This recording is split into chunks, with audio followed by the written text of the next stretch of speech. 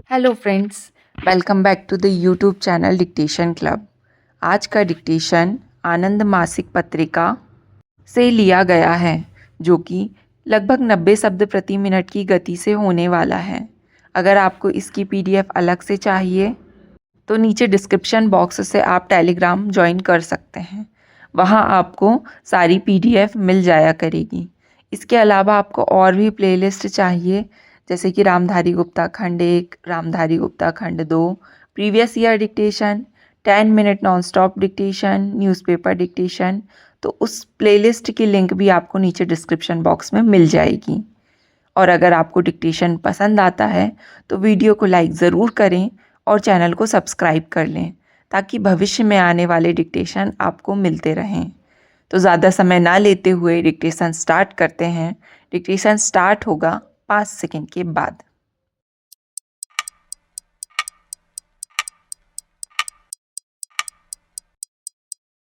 Start. Deputy speaker महोदय, आज जो स्थितियां हैं उससे हम सामंजस्य की स्थिति में आ गए हैं।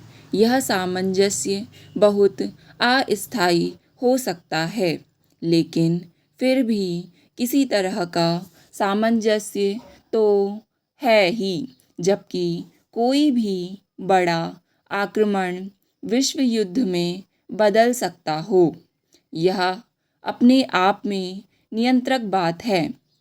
आक्रमण चाहे बड़े देश में हो या छोटे में, यह संसार में अस्थायी सामंजस्य को अस्त व्यस्त कर देता है और इसका परिणाम युद्ध हो सकता है।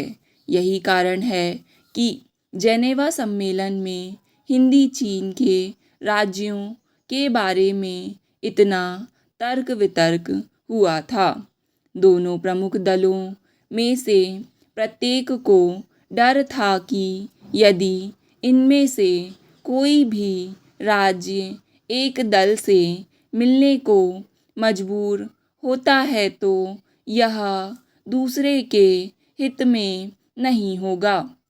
उदाहरण के लिए मान लीजिए कि लाओस और कंबोडिया जैसे देशों पर चीन हावी हो जाए और उन्हें अपने साथ कर ले, तो दूसरी ओर से देश स्वतः ही डर जाएंगे। इसके विपरीत यदि लाओस और कंबोडिया चीन के विरुद्ध हो जाएं और चीन पर आक्रमण करने के लिए अड्डे के रूप में काम आ सकें, तो चीन इसका सख्ती से विरोध करेगा। इस कठिनाई से निकलने का रास्ता क्या है?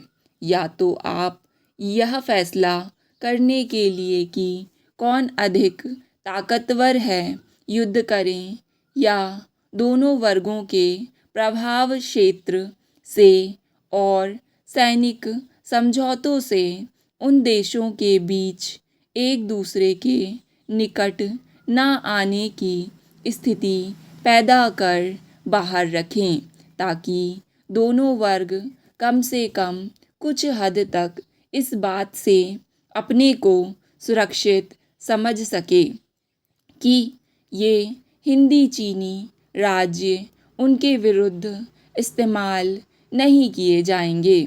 इसके अतिरिक्त और कोई रास्ता नहीं है।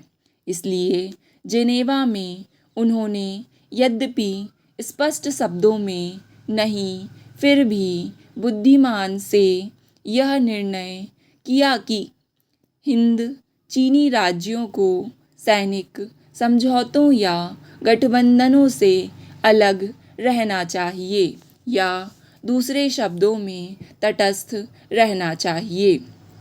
इसी तर्क से आप देखेंगे कि संघर्ष को टालने का एकमात्र तरीका चीज़ों को उसी हालत में स्वीकार करना है जैसी वे हैं।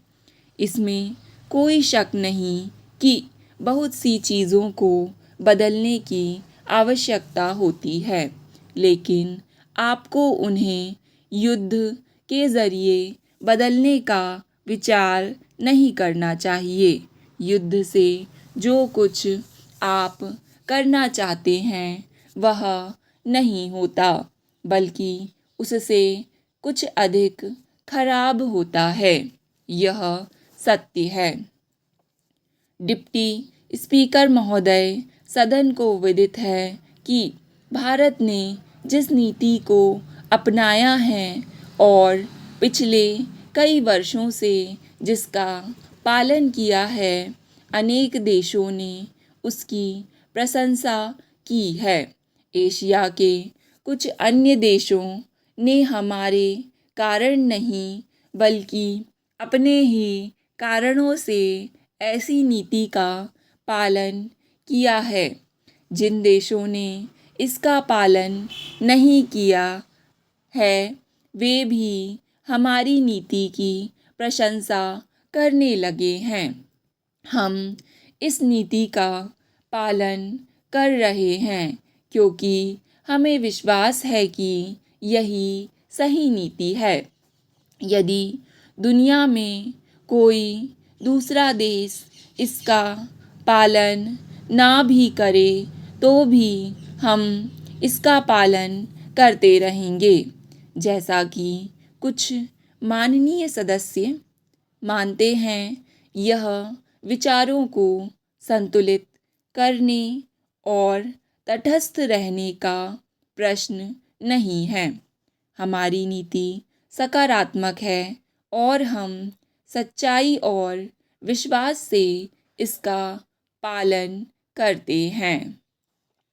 सदन को कुछ ऐसे देशों की जानकारी है जो एशिया में हमारे अच्छे मित्र हैं, जैसे म्यांमार और इंडोनेशिया, और अंतर्राष्ट्रीय मामलों में ऐसी ही नीति का पालन कर रहे हैं। हाल ही में जब संघीय यूगोस्लाविया गणराज्य के राष्ट्रपति यहाँ आए तो उन्होंने और मैंने एक वक्तव्य जारी किया था जिसमें पंचशील के 5 सिद्धांतों का उल्लेख किया गया था। इससे पता चलता है कि यह विचारधारा किस प्रकार फैल रही है।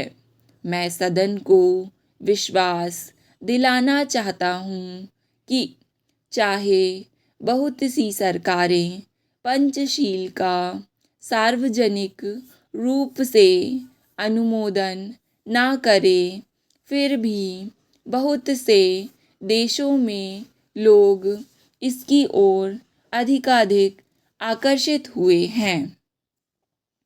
अंतर्राष्ट्रीय मामलों में अनेक विचारधाराओं में एक विचारधारा कड़ी कार्रवाई की है, जैसा कि यह अपने आप को कहती है। मेरे विचार से यह पुराने ज़माने का एक अवशेष है, जबकि गड़बड़ करने वाले किसी छोटे देश को डराने धमकाने के लिए जंगी जहाज़ भेजा जाता था। कड़ी कार्रवाई से तब ही लाभ हो सकता है जब कोई बहुत बड़ा देश किसी छोटे देश के सामने शक्ति प्रदर्शन करे, लेकिन जब दूसरे देश भी शक्तिशाली हों तो इसका कोई लाभ नहीं होता। एक और विचारधारा शक्ति के माध्यम से बातचीत करने की है।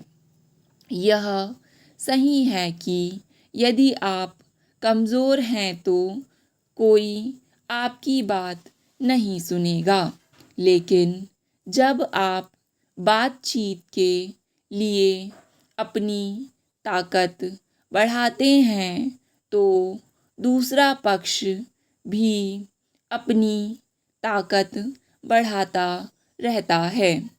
एक विचारधारा और है जिसे मैं पांडित्यपूर्ण संभ्रम की कहता हूँ। स्टॉप। डिक्टेशन पसंद आए तो वीडियो को लाइक तथा चैनल को सब्सक्राइब ज़रूर करें। धन्यवाद।